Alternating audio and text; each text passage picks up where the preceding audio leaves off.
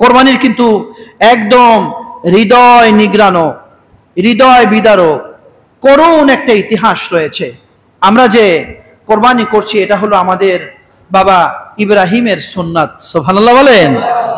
হযরত ইব্রাহিম আলাইহিস সালাতু ওয়াস সালামের যখন বয়স হয়ে গিয়েছিল, লম্বা বয়স, ৮০-৮৫ বছরের একদম বয়সী একজন মানুষ, ওই সময়ে কোনো মানুষ কিন্তু ভাবে না যে আমার সন্তান হবে, এরকমটা ভাবে না, এরকমটা ভাবে না। তো ওই সময়ও আল্লাহর কাছে বলতেছে যে আল্লাহ আমার তো সন্তান নাই, আল্লাহ তাআলা আমার তো কোনো সন্তান নেই, আপনি যদি একটা সন্তান দিতেন। আল্লাহ, যেহেতু কোরআন মাজিদের মধ্যে এসেছে পরিবার যখন তৈরি হয় এরপরে মানুষের চাওয়া হলো সন্তান, এরপরে চাওয়া কি? সন্তান। আল্লাহ বলছেন যুয়্যিনা লিন-নাস হুব্বুশ শাহাওয়াতি মিনান নিসা, একজন মানুষের মিনান নিসা, নারী হলো কাঙ্ক্ষিত বিষয়, একজন ভালো স্ত্রী চাই, স্ত্রী চাই। এরপরে ওয়াল বানিন ওয়াল কানাতির ওয়াল মুকান্তরাতি মিনাজ যাহাবি ওয়াল ফিদ্দা, আল্লাহ বললেন তুমি প্রথমে চাও নারী, এরপরেই তুমি ছেলে মেয়ে চাও। হযরত ইব্রাহিম আলাইহিস সালাতু ওয়াস সালাম তিনিও চাইছিলেন যে আল্লাহ আমার সন্তান, আল্লাহ তাআলা আমার সন্তান। তারা দুইজনে কিভাবে চেয়েছেন? আল্লাহ রাব্বুল আলামিন বলেন রব্বি হাবলি মিনাস সালিহিন, আল্লাহর কাছে বললেন আল্লাহ রব্বি হাবলি মিনাস সালিহিন, রব্বুল আলামিন আপনি নেক সন্তান দেন, আপনি পুত পবিত্র সন্তান দান করুন। একদম বয়সে অবস্থায়, বুড়ো বয়সে হযরত ইব্রাহিম হাল ছাড়েননি। তিনি জানেন আমার বয়স ৯০ হোক আর ১০০ হোক, আল্লাহ যদি চায় তাহলে সন্তান দিতে পারেন কে? আওয়াজ দিয়ে বলেন দিতে পারে কি পারে না? এর বাস্তব প্রমাণ হলো হযরত ইব্রাহিম খলিলুল্লাহ সন্তান দিলেন আর চাইলেন নেক সন্তান, আল্লাহও দিলেন। আল্লাহ বললেন হালিম, হযরত ইব্রাহিমকে বললেন ইব্রাহিম নবী আপনাকে সহনশীল গোলাম, এমন একজন গোলাম দিয়েছি, গোলামটা হলো হালিম, সহনশীল, অত্যন্ত মার্জিত, আপনার কথাকে মানবে, নেক আমল করবে, বয়সপ্রাপ্ত হলে তাকে নবুয়ত প্রদান করা হবে। সুবহানাল্লাহ বলে। হযরত ইব্রাহিম আল্লাহর কাছে প্রাণ ভরে শুকরিয়া আদায় করলো, আলহামদুলিল্লাহিল্লাযী ওয়াহাবানি আলাল কিবারি ইসমাঈল ওয়া ইসহাক ইন্না রাব্বী লাসামিউদ দুআ। জোরে বলি আল্লাহু আকবার। হযরত ইব্রাহিম আল্লাহর কাছে দোয়া করলো, আলহামদুলিল্লাহিল্লাযী ওয়াহাবানি আলাল কিবারি ইসমাঈল ওয়া ইসহাক ইন্না রাব্বী লাসামিউদ দুআ। ইব্রাহিম বলল আল্লাহ আপনার কাছে চেয়েছি সন্তান, রব্বুল আলামিন আপনি এমন একটা ফুটফুটে জান্নাতি বাচ্চা আমাকে দান করলেন। আল্লাহ তাআলা আমি আর আমার স্ত্রী শুকরিয়া আদায় করলাম, আলহামদুলিল্লাহ বলে আপনার কৃতজ্ঞতা আমরা আদায় করলাম। সুবহানাল্লাহ। আমরা সবাই জোরে জোরে বলি আলহামদুলিল্লাহ। সব সময় কৃতজ্ঞতার ভাষা হলো আলহামদুলিল্লাহ। গোলাম যখন এটা বলে আল্লাহর শুকরিয়া কৃতজ্ঞতা আদায় করছি, গোলাম নিজেকে ছোট মনে করে যখনই শুকরিয়া করে, আল্লাহ বললেন গোলাম যখনই নিজেকে ছোট মনে করে শুকরিয়া আদায় করলো, আমি আমার এই ক্ষুদ্র গোলামটাকে বড় বানায়া দেই। সুবহানাল্লাহ, সুবহানাল্লাহ। প্রিয় ভাইরা, তাহলে বোঝা গেল অনেক আকাঙ্ক্ষা, হৃদয় ভরা আবেগ, অনেক আকাঙ্ক্ষার একটা বিষয় ছিল আমার সন্তান, ঠিক কিনা ভাই? এই সন্তান যখন দিল তখন তিনি থাকতেছেন শাম দেশে, অনেক দূরে শাম দেশে বসবাস করতেছে। প্রিয় ভাইরা, ওই শাম দেশ থেকে যখন ওহী আসলো যে ইব্রাহিম খলিলুল্লাহ আপনি এখানে আর থাকতে পারবেন না, আপনি চলে যান মক্কাতুল মুকাররমায়, আপনি চলে যান, ওই জায়গায় আমার একটা ঘর আছে, যে ঘরটা ফেরেশতারা তৈরি করেছে, হযরতে আদম সফিউল্লাহ তিনি তৈরি করেছিলেন, আবাদ করেছিলেন, নূহ নবীর আমলেও আবাদ হয়েছে, বন্যায় ভেঙে চুরমার হয়ে গিয়েছে, উঁচু একটা টিলা আছে, ওই জায়গায় যান, ঘর নির্মাণ করেন, আমার এলাকা আবাদ করেন। হিজরত করলেন মক্কাতুল মুকাররমা। সুবহানাল্লাহ বলেন। একদম সাফা মারওয়া, যারা হাজী সাহেব আছেন, সাফা মারওয়ার পাশেই যে মক্কাতুল মুকাররমার যে ঘরটা, এই জায়গাটা উঁচু একটা টিলার মতো খোলা জায়গা ছিল, ওই জায়গায় গেলেন। যাওয়ার পরে আল্লাহর হুকুম মতো তাদেরকে হযরত ইসমাইলকে আর তার মাকে রেখে আসলো। আল্লাহর হুকুম রেখে আসতেছে আর মনের মধ্যে অনেক কষ্ট, অনেক কষ্ট যে আল্লাহ তাআলা এমন একটা জায়গায় এদেরকে রেখে যাচ্ছি, নাই কোনো মানুষ, নাই কোনো বৃক্ষ, নাই কোনো পানির ব্যবস্থা।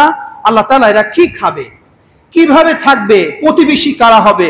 হাঁটতেছে হাঁটতেছে, লম্বা হাঁটার পরে পর্বত থেকে ওই প্রান্তে যখন চলে গিয়েছে, আর ইসমাইলকে আর বিবিকে দেখা যায় না। তখন চোখের পানি ছেড়ে দিয়ে আল্লাহর কাছে বলতেছে, আল্লাহ, আয় আল্লাহ রব্বুল আলামিন, আমার ইসমাইল বড় কাঙ্ক্ষিত আমার এই সন্তান, এই বৃদ্ধ বয়সে তুমি দিয়েছো আল্লাহ। ওর মাকে ওকে রেখে এসেছি এমন একটা জায়গায়, কোনো মানুষ নাই। আল্লাহ তাআলা এই জায়গাটায় জনবহুল এলাকায় পরিণত করে দিন। যদি বলুন আল্লাহুম্মা আমিন। হযরত ইব্রাহিম দোয়া করলো, আল্লাহ তুমি বরকতপূর্ণ ফলের বাগান দিও, আয় আল্লাহ তাআলা বরকতপূর্ণ ফল দিও, যে ফল খেয়ে আমার বিবি আর আমার সন্তান কলিজার টুকরা ইসমাইল যেন এখানে জীবন যাপন করতে পারে। ভালো ভালো ফলের গাছের ব্যবস্থা করে দিও। এজন্য ভাইরা, মক্কাতুল মুকাররমায় এত ফল হয় যত ফল গোটা পৃথিবীতে আর কোথাও হয় না। সুবহানাল্লাহ। হযরত ইব্রাহিম দোয়া করলো, আল্লাহ তাআলা তুমি পানি দিও, এমন বরকতপূর্ণ পানি দিবা যে পানি পান করার পরে আমার ইসমাইল আর আমার বিবির যেন সব রোগ ব্যাধি দূর হয়ে যায়, এমন মেডিসিন যুক্ত পানির ব্যবস্থা করে দিও। আল্লাহ কবুল করলেন।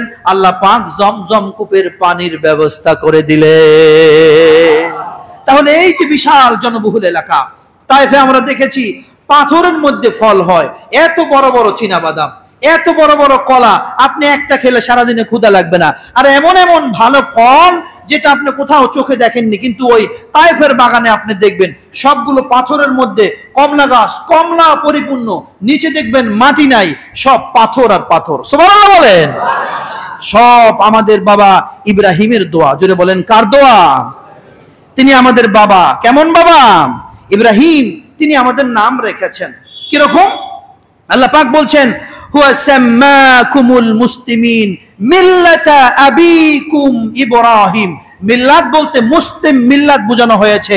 এটা আমেরিকার মুসলমান, ইন্দোনেশিয়ার মুসলমান, ভারতের মুসলমান, বাংলাদেশের মুসলমান, পাকিস্তানের মুসলমান, গোটা পৃথিবীর মুসলিম মিল্লাহ, গোটা মুসলিম মিল্লাহকে হযরত ইব্রাহিম খলিলুল্লাহ বললেন, এদের নাম হলো হুয়া সাম্মাকুমুল মুসলিমিন।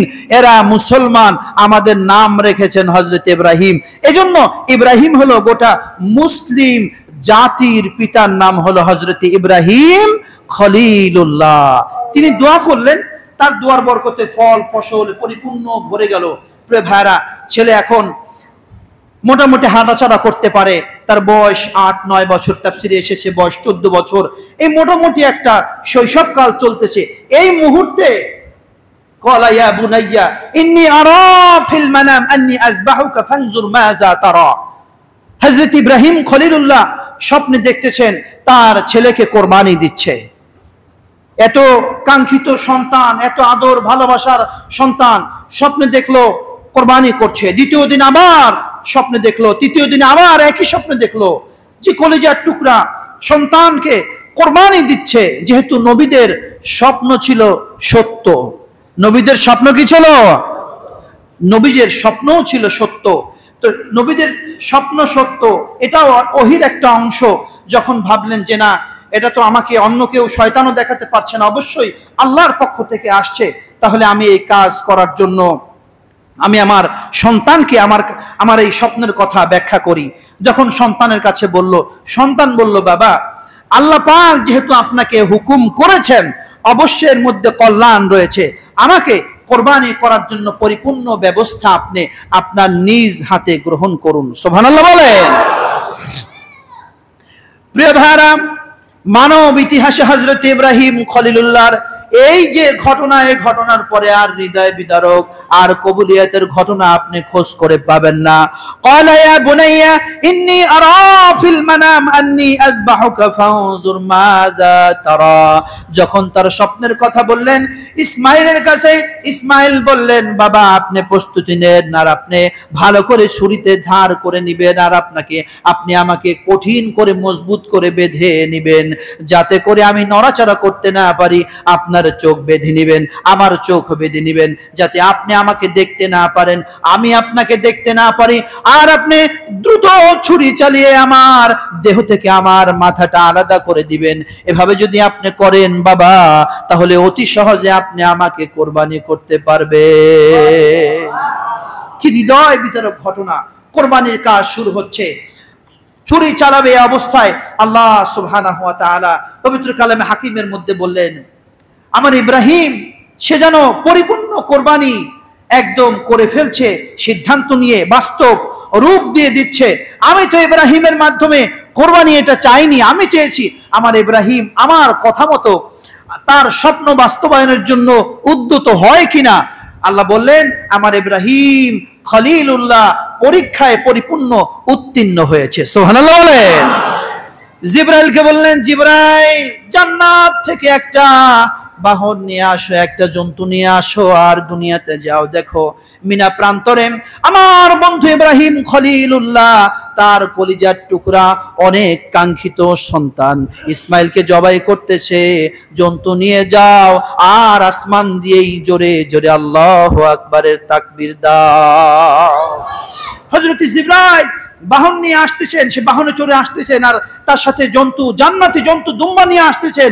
দেখতেছে যেভাবে ছুরি চালাচ্ছে, মনে হয় যেন ইসমাইল কোরবানি হয়ে যাবে।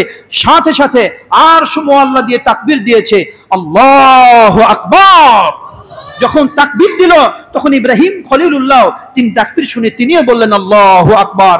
আর ফেরেশতার কণ্ঠে, হযরত ইব্রাহিমের কণ্ঠে এই তাকবীর শুনে ইসমাইলও তিনিও তাকবীর দিতে শুরু করলেন। জোরে বলে সুবহানাল্লাহ। এদিকে কোরবানি হয়ে গেল। হাদিসের মধ্যে এসেছে, যখন হাতে গরম রক্তের ছোঁয়া পেল ইব্রাহিম খলিলুল্লাহ ভাবলো যে কোরবানি পরিপূর্ণভাবে সম্পূর্ণ, আমি আল্লাহ কবুলিয়াত পেয়ে গেলাম। চোখ খুলে দেখতেছে জান্নাতি জন্তু কোরবানি হয়ে গিয়েছে, কলিজার টুকরা ইসমাইল পাশে দাঁড়িয়ে আছে। সুবহানাল্লাহ। এভাবেই কিন্তু যুগে যুগে মুত্তাকি তাকওয়াবান পরেশগার লোকদেরকে আল্লাহ পাক কবুল করে। জোরে বলেন ঠিক কিনা ভাই? এজন্য এই যে তাকবীর, এটা কোনো ব্যক্তির না, এটা এর মধ্যে কণ্ঠ রয়েছে হযরত জিবরাইলের, নির্দেশ রয়েছে আল্লাহ পাকের, কণ্ঠ রয়েছে হযরত ইব্রাহিমের, কণ্ঠ রয়েছে হযরত ইসমাইলের। এজন্য আল্লাহ পাক এটা এত বেশি পছন্দ করলেন। আল্লাহ বললেন, জিলহজের 10 ফজর থেকে একেবারে 12 আসর পর্যন্ত এই তাকবীর আমি বলা ওয়াজিব করে দিলাম। সুবহানাল্লাহ বলেন। আর এই 10 দিন পর্যন্ত যখনই তাকবীর দিবে, বান্দার আমলনামায় অফুরন্ত অগণিত নেকি লেখা হবে। জোরে বলি আল্লাহু আকবার, আল্লাহু আকবার, লা ইলাহা ইল্লাল্লাহু, আল্লাহু আকবার, আল্লাহু আকবার, ওয়ালিল্লাহিল হামদ।